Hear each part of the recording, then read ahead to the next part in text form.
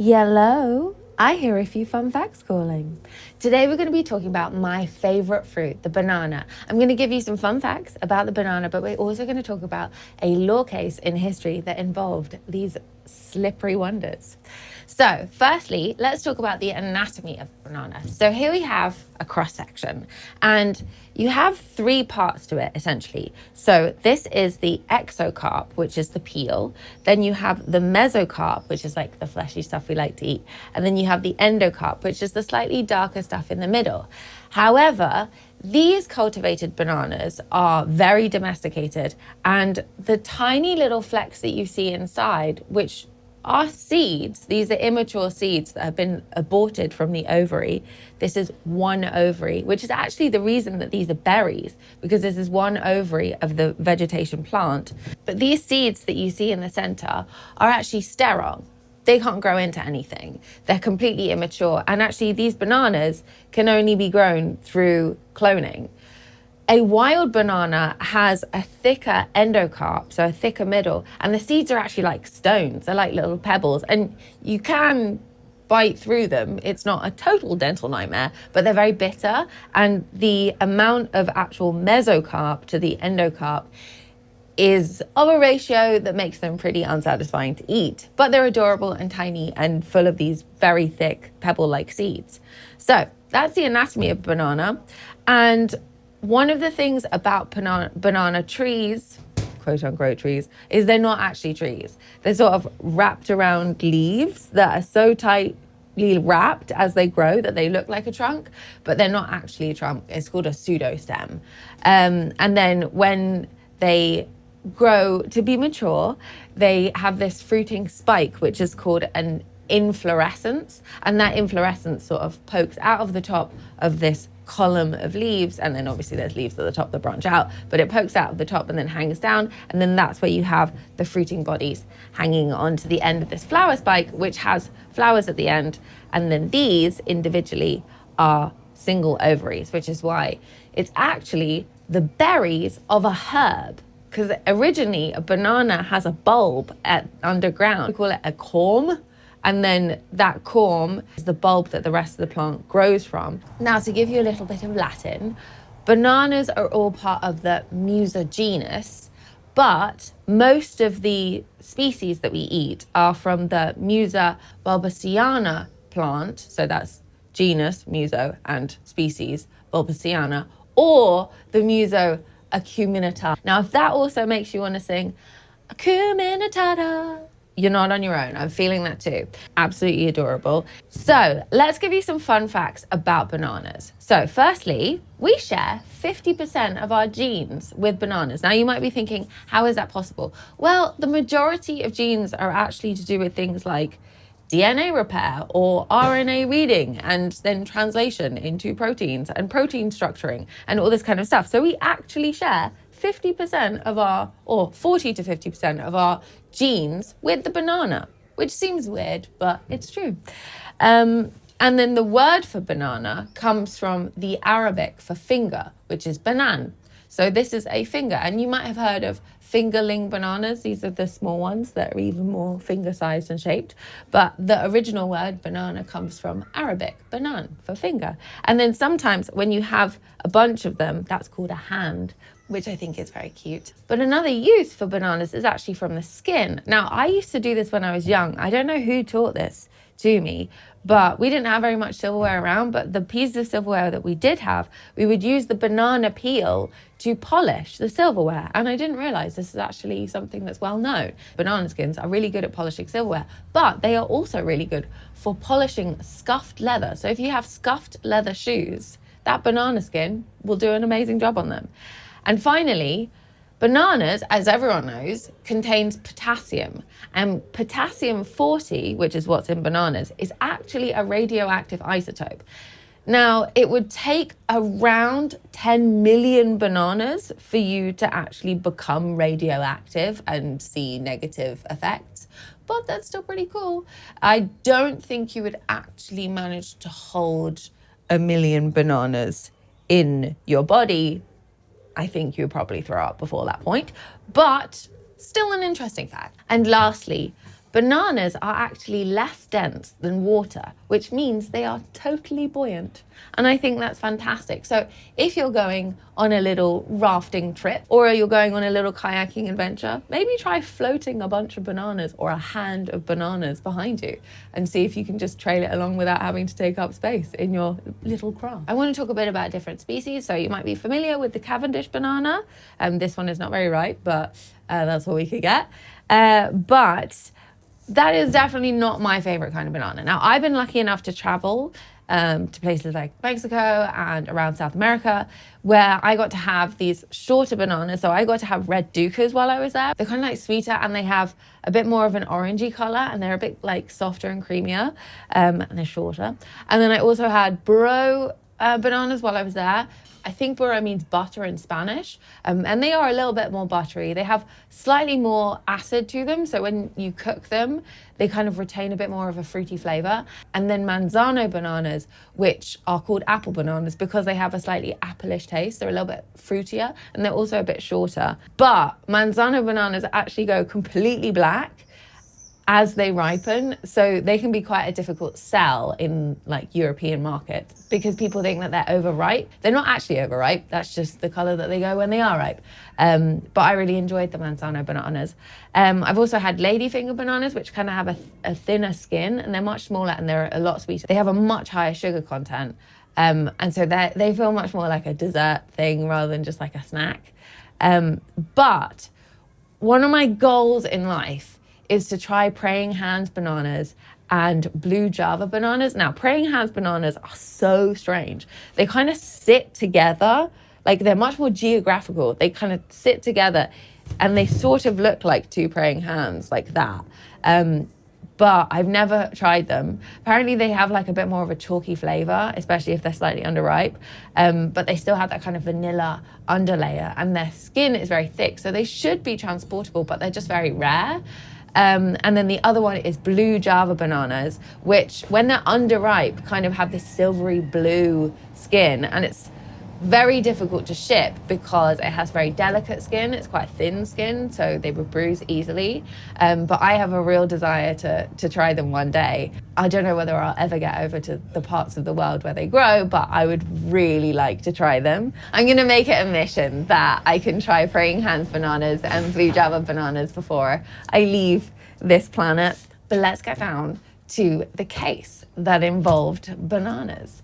So the case that we're looking into is from 1911 in Massachusetts, and it was seen by the Massachusetts Supreme Judicial Court, and it's Helen Anjou who is suing the Boston Elevated Railway for negligence. So basically, Helen was walking along the platform of the elevated railway on the Dudley Street station platform, and she slipped on a banana skin, and then she was suing the Boston Elevated Railway for negligence because they let their platforms be dirty. Now, they did have a cleaner who was clearly not doing his job, but she slipped, she fell, she hurt herself, and so she was suing.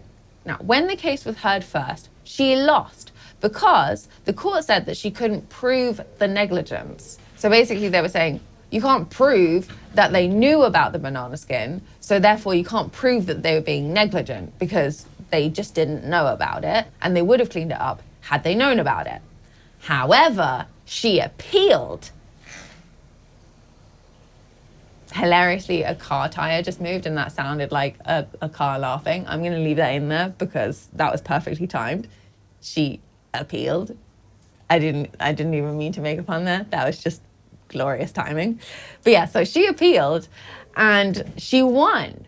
So they said that because the banana skin had been given eyewitness testimony as to being black, flattened and gritty, and also that every bit of it was black, there wasn't a particle of yellow, and so it had clearly been left there for a long time, they said that the circumstantial evidence of the banana having been definitely left on the platform for a long period of time meant that they were being negligent. So they used this as evidence of negligence. So it was kind of the proof that had been needed in the first place for her to win the case. And she was awarded $1,250, which it's pretty good going in 1911. And this was a bit of a turning point in US law because it meant that in tort cases, so cases of an omission or an act that caused injury or harm to someone else, it meant that constructive notice could be given as a case for saying that they should have known about this thing that would have caused harm.